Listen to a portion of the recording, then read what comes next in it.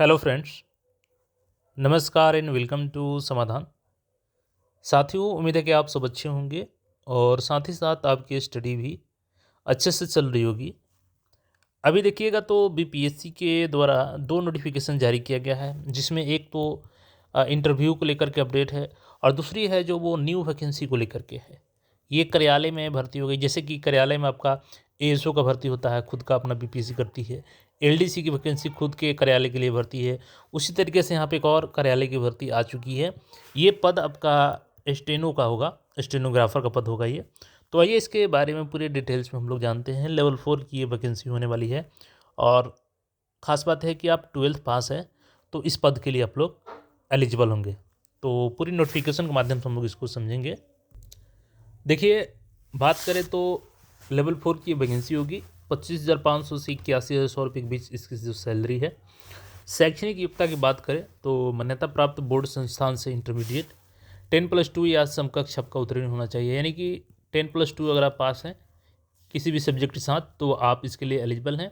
इसके अलावा अगर बात करें तो नोट पॉइंट को समझिएगा कि इस पद के लिए अगर आप मौलवी प्रमाण पत्र या आईटीआई 2 वर्षीय पाठ्यक्रम जो होता है, जिसका प्रमाण पत्र एनसीवीटी एससीवीटी द्वारा जारी किया जाता है, एवं पॉलिटेक्निक 3 वर्षीय अभियंत्रण डिप्लोमा को इंटरमीडिएट के समकक्ष माना जाएगा। यानी कि अगर आपने आईटीआई किया है या मौलवी का प्रमाण पत्र है या पॉलिटेक्निक किया है 10th के बाद, तो अगर आपने 12th डायरेक्ट नहीं किया है, ये सब किए हैं कोर्स, तो भी आपको इसके लिए 10+2 के इक्विवेलेंट मान करके एलिजिबल किया जाएगा। यानी ये सभी लोग फॉर्म को भर पाएंगे। तकनीकी योग्यता में देखिएगा, चूँकि स्टेनोग्राफर की ये पद है, हिंदी एवं अंग्रेजी में आशुलेखन तथा कंप्यूटर टंकन, कंप्यूटर के बेसिक वर्ड्स प्रोसेसिंग का ज्ञान होना अनिवार्य है। तो यहाँ पे आपका स्टेनोग्राफी टेस्ट तो होगा ही, साथ ही साथ आपका टाइपिंग टेस्ट भी दिया जाएगा। चूँकि ये ऑफिशियल वर्क है, आपको बीपीएससी वर्क ऑफिस में वर्क करना रहेगा। देखिए, यही है आपका विज्ञापन संख्या 01/2026। टोटल पदों की संख्या 15 है इसमें, चूँकि ऑफिस में जितना स्ट्रेंथ रहता है उसी के अनुसार वैकेंसी आती है। और अनरिजर्व का 7 सीट है यहाँ पे, 2 महिलाओं के लिए है। ईडब्ल्यूएस का 1 है, अनुसूचित जाति का 1 है यहाँ पे, और जनजाति का 1 भी सीट नहीं है। अत्यंत पिछड़ा वर्ग का 3 है, पिछड़ा वर्ग का यहाँ पे 2 है, और पिछड़ा वर्ग महिलाओं का देखिएगा तो सीट नहीं है यहाँ पे। टोटल 15 में 3 महिलाओं के लिए रिजर्व रखा गया है। बाकी इसके अलावा अगर आप देखिएगा तो हैंडीकैप, फिजिकली हैंडीकैप में आपको दृष्टि दिव्यांगता वीआई के लिए कितना है, 1 सीट रिजर्व रखा गया है। क्वालिफिकेशन आपने देख लिया, सीट आपने देख लिया। एज लिमिट की बात कर लेते हैं तो देखिए, मिनिमम एज आपका 18 साल होनी चाहिए। कब? तो 1 अगस्त 2025 के अनुसार। और जनरल वर्ग के लिए 37, पिछड़ा वर्ग अत्यंत पिछड़ा वर्ग पुरुष महिला के लिए, और साथ ही अनरक्षित वर्ग की महिला के लिए 40, अनुसूचित जाति जनजाति पुरुष महिला के लिए 42 साल एज लिमिट रखा गया है यहाँ पे। ठीक है। बाकी देखिए कि यहाँ पे जो स्टेनोग्राफर है, इसमें संविदा कर्मी का जो मामला है कि अगर संविदा पे उन्होंने कार्य किया है, जिसको लेकर के भी विरोध है, क्योंकि देखिए ये जो सामान्य छात्र हैं, जो संविदा कर्मी नहीं है, उनके लिए नियम कहीं से भी सही नहीं है, क्योंकि यहाँ पे 25% मार्क्स देना उचित नहीं है। आप इनके लिए 5%, 6% सीट ही अलग से रिजर्व कर दीजिए, वो अलग चीज़ें हैं। लेकिन ये संविदा का डायरेक्ट नियम देना ये छात्रों के हित में नहीं है, क्योंकि बीपीएससी एई में इसका खमियाजा भुगते हैं सामान्य छात्र। मान के चलिए किसी वैकेंसी में भले ही इसका इफेक्ट ज़्यादा नहीं हो, लेकिन आने वाले फ्यूचर में अगर आप इस नियम को नहीं हटाते हैं तो आने वाले फ्यूचर में बहुत बड़ा एक संकट के रूप में ये होगा।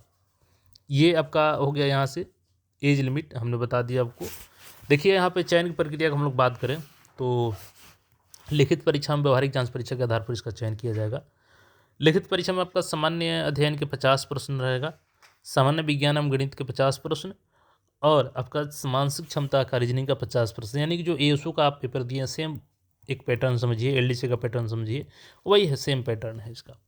तो देखिए, इसमें टोटल 150 प्रश्न, प्रत्येक सही उत्तर के लिए 4 अंक मिलेगा, और गलत उत्तर के लिए 1 अंक आपका निगेटिव अंक कटेगा। 2 घंटे 15 मिनट का ये समय रहेगा। ठीक है।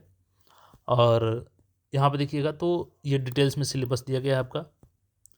बाकी व्यवहारिक जांच परीक्षा की हम लोग बात करें तो 5 गुना अभ्यर्थियों को यहाँ से जो प्रीलिम्स होगा उसके आधार पर चयन किया जाएगा, और आंसू लेखन की टेस्ट होगी 80 शब्द प्रति मिनट की गति से। कुल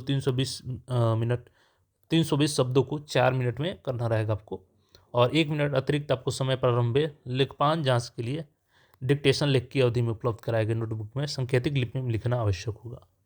और टंकण जांच आपका परीक्षा हिंदी अंग्रेजी कंप्यूटर पर ली जाएगी, टाइपिंग टेस्ट। हिंदी टंकण जांच परीक्षा में आपका मंगल फॉन्ट इन रेमिंगटन जेल कीबोर्ड लेआउट रहेगा, गेल आपका रहेगा। और इसके बाद हिंदी टंकण जांच परीक्षा में अभ्यर्थियों को 30 शब्द प्रति मिनट की गति से कुल 300 शब्दों को 10 मिनट के लिए अंकित करना रहेगा। अंग्रेजी टंकण में देखिएगा तो UTF-8 under English US keyword layout रहेगा आपका, और इसमें भी 30 शब्द प्रति 10 मिनट के हिसाब से 300 शब्द अंकित करने रहेंगे। और टाइपिंग की शुरुआत के दौरान कीवर्ड लेआउट का चयन कर लेना होगा आपको, ठीक है। टाइपिंग के बीच में नहीं बदल सकते हैं आप। और व्यवहारिक जांच परीक्षा में सफल अभ्यर्थियों के आशुलेखन में 10% एवं टंकण में 1.5% की अशुद्धि अगर होती है तो उसको नेगलेक्ट किया जाएगा। ये चीज़ें आपको दी गई है।